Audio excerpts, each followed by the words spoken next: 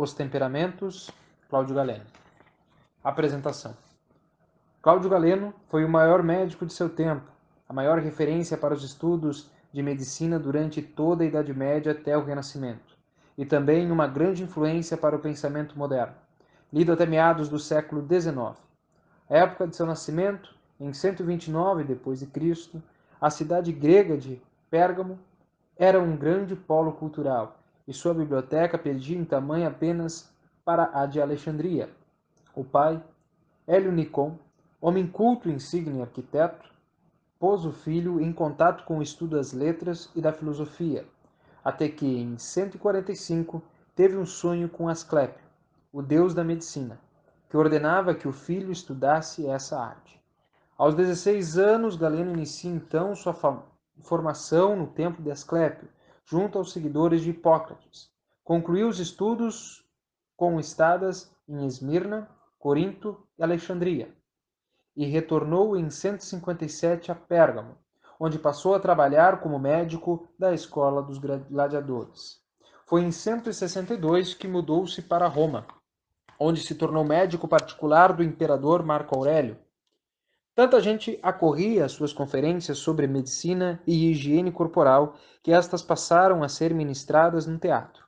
Como a dissecação de cadáveres humanos era proibida, dissecava animais, como macacos e porcos, a fim de estudar o funcionamento do corpo humano, ao que se devem alguns de seus erros e imprecisões. Dentre suas contribuições à ciência médica estão a distinção entre veias e artérias, a identificação do controle dos movimentos do corpo pelo cérebro, a função dos rins e o papel da laringe na produção da voz. Era também cirurgião e fazia, por exemplo, operações de catarata.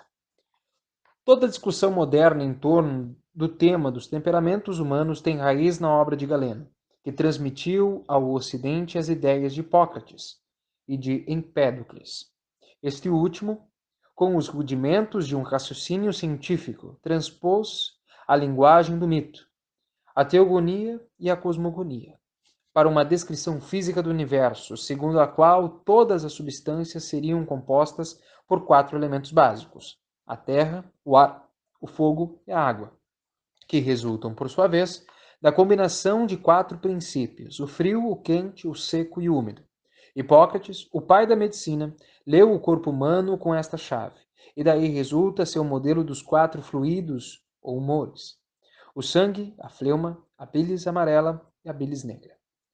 A predominância de cada um deles estaria associada a uma série de características corporais, que se enquadrariam nos tipos sanguíneo, fleumático, colérico e melancólico.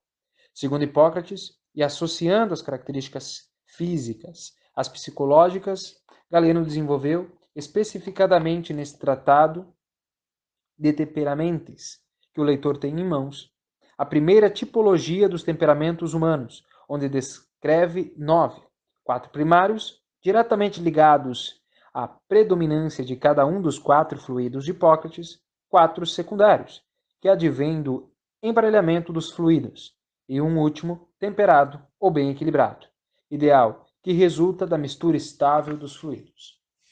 Além de estar relacionada às características físicas e psicológicas dos indivíduos, a combinação dos elementos também tem relação com a propensão a determinadas doenças ou males, que podem ser corrigidos, através da alimentação e dos hábitos próprios de cada caso, mediante o reequilíbrio dos fluidos.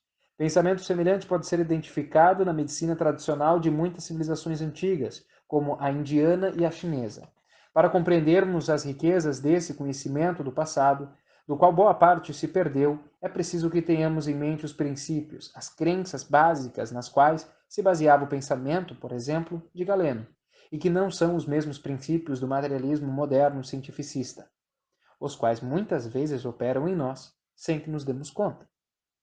Um desses princípios da ciência antiga é o do simbolismo ou da analogia, isto é, de que o mundo tem uma ordem, é um cosmos, composta hierarquicamente por vários níveis ontológicos ou de existência. E tudo que existe, sobre qualquer forma que seja, traduz ou representa à sua maneira e segundo a sua ordem de existência determinados caracteres, e de uma ordem a outra, todas as coisas se encadeiam e se correspondem, concorrendo para a harmonia universal e para a unidade. Sendo assim, ao tratar dos temperamentos, Galeno irá relacioná-los não só às partes do corpo, a características físicas, como gordo ou magro, careca ou peludo, textura, cor de pele, etc.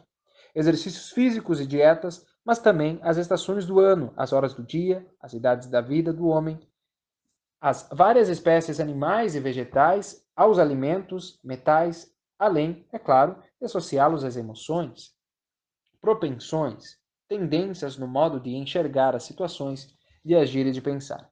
Para ele, o médico deve ser capaz, inclusive, de ler no corpo do paciente suas características psicológicas e os problemas que o afligem, e os remédios para o seu mal terão uma relação análógica com o equilíbrio dessas mesmas forças naqueles outros níveis da realidade. Esse médico é, portanto, um sábio ou um filósofo, e o praticante de uma espécie de arte ou ciência sagrada. Se compreendida sobre esse prisma, nenhum de seus erros materiais e nenhum avanço científico no sentido moderno, nenhum acréscimo de dados invalida a medicina de Hipócrates e Galeno, mas apenas a localiza no nível dos princípios. E uma vez ali, merece ainda o louvor dos modernos e também o nosso interesse no sentido de poder desenvolver-nos algumas chaves de leitura da vida, do corpo, da saúde, mas também de uma porção de elementos que estão em jogo na formação de nossa personalidade e na condução de nossa vida, que no quadro geral da cultura e da ciência contemporâneas simplesmente não existem. Aqueles que têm interesse no tema dos 4 temperamentos têm aqui, pois, acesso à principal fonte histórica desse conhecimento, a fim de que possam, por meio do texto do médico grego, captar o seu princípio, o ponto de vista sobre a natureza e o homem que dá origem a ele. Assim não será ele interpretado nem como superstição, nem como ciência no mesmo sentido em que se diz hoje, mas como um tipo específico e quase esquecido de ciência. Um conhecimento simbólico que, se redescoberto, pode ajudar o homem moderno a sanar muitas de suas dificuldades. A criatura equilibrada em todo o gênero dos animais segundo o temperamento é o homem.